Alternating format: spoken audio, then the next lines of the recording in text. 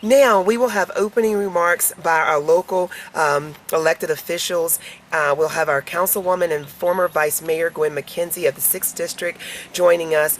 Following the former Vice Mayor Gwen McKenzie, we'll have Commissioner Damon Rawls with the County 1st District.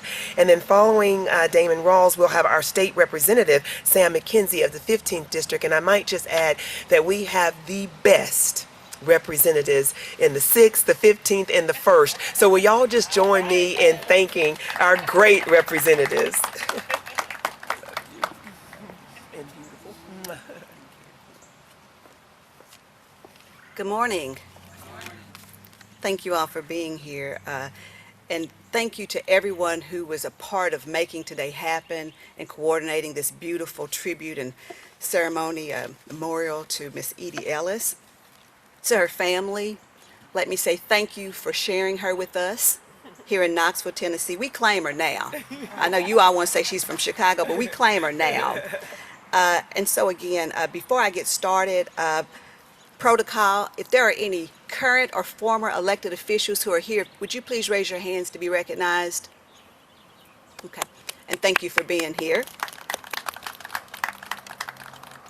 So, when I think of Edye Ellis, and I think of the time that she graced Knoxville, Tennessee with her presence, those were still some times of trials and tribulations and struggles for African Americans here in our community. And I'm sure that when Edye Ellis came here, unlike Chicago, which was a whole different city of largely comprised of African Americans, Knoxville, Tennessee, I'm sure had to be somewhat of a culture shock to her, if you will, when she came here. And so what I will say about Edye Ellis is that she handled every situation that she encountered with such grace and humility. I often think about her, again, as Renee mentioned, when you first saw her, the first thing you thought was, wow, she's just drop dead gorgeous, just beautiful. But then her spirit, her countenance, the way that she carried herself was just beautiful within itself. Was just beautiful within itself. Her style, her grace, her presence when she walked into a room made everyone feel comfortable, made everyone feel welcome. And I would say that she was a trailblazer here in Knoxville, Tennessee, because we didn't see African Americans on television back then commanding presence and grace and style. And now, again, she broke a glass ceiling, but I'll be honest with you, I think that every room, every person that she met helped tap that ceiling just a little bit. So when it was that time, she didn't have to push, she didn't have to shove to break a glass ceiling. God aligned her and brought her here in His timing. I want to believe that because Edye Ellis came this way, because of what she did and how she carried herself, how she represented, how she fought, quiet thunder. She didn't have to be loud to fight. But her words and her presence spoke volumes. That she, along with other women in this community, helped pave the way for me to be able to be standing here today representing the way that I do. So in our community, in the black community, she was our hero. In this city, and especially to women, she's our shero, and she always will be. She will be forever remembered as an influencer. She will always be remembered as a sister, a cousin, and a daughter to this city and in East Tennessee. Not to mention, she is my birthday twin. She's a 1023, and we are kind of special. You are very special. In some ways good, in some ways maybe not so good when we get angry. But what an honor and a privilege it was for us to have been graced with the presence of Edye Ellis, and that her memory and her legacy will never be forgotten in this city. Thank you all, and God bless you. And now I'd like to introduce to you all Commissioner Damon Rawls, who is our County 1st District Representative. Thank you all.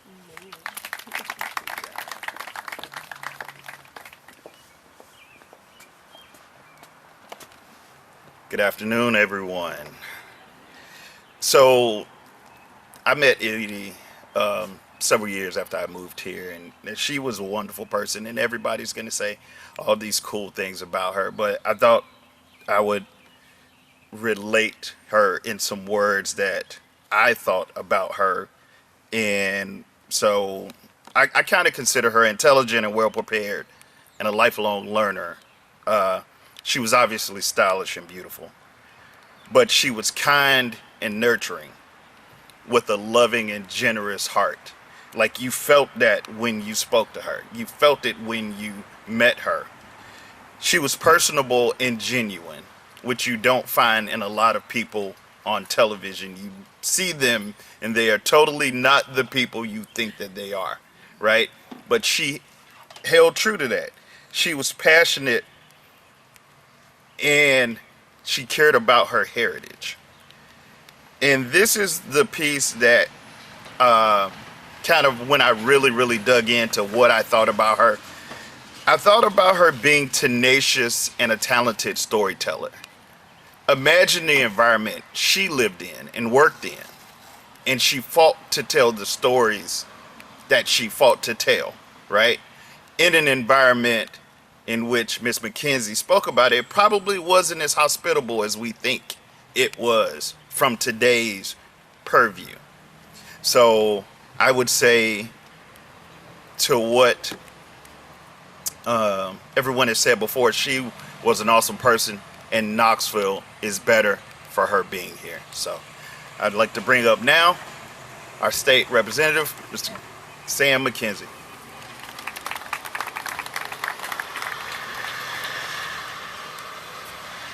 Good morning. I see the raindrops starting to fall, so I'm not going to be long.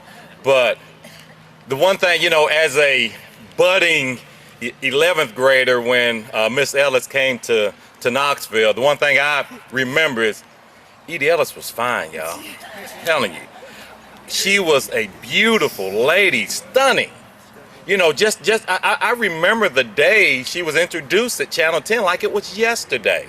I was just amazed because, as the previous people said, nationally, locally, there were no African-American women, and I was just amazed. And I hats off to Channel 10 for being an innovator in that regard. No one nationally, and no one in and around East Tennessee, but she really was a trailblazer in another way. And the journalists will tell you, Knoxville's kind of a medium market, so they'll go to Tupelo, Mississippi, or somewhere. Then they'll step up to Knoxville, trying to get to New York, and maybe an anchor. That's the traditional trajectory. But she was in Cincinnati and came back. Some people may think that was a step backwards, but she came back to a smaller market from a major market, and that says a lot about the 1982 World's Fair, but also about her character, about the fact that she wanted to make a difference in the market, and she stayed, and she excelled. She volunteered at the bank, but I also remember she was on the planning committee to redo my elementary school. They closed down Fairgarden Elementary. It was K through 6, and they closed it and then wanted to repurpose it as a preschool. And she was on the planning committee. And I remember a quote. She was like, "It's called Fairgarden, so I want to build a facility that makes the students think that they're ushered into a garden." And if you saw the end result, that's what it was. Her every thought was about others, in my opinion. I mean, I never got a chance to meet her, just saw her work. But she was about helping people and really was a motivational factor for me in my early developmental years. So I'd say a life well lived, Edye Ellis. Thank you.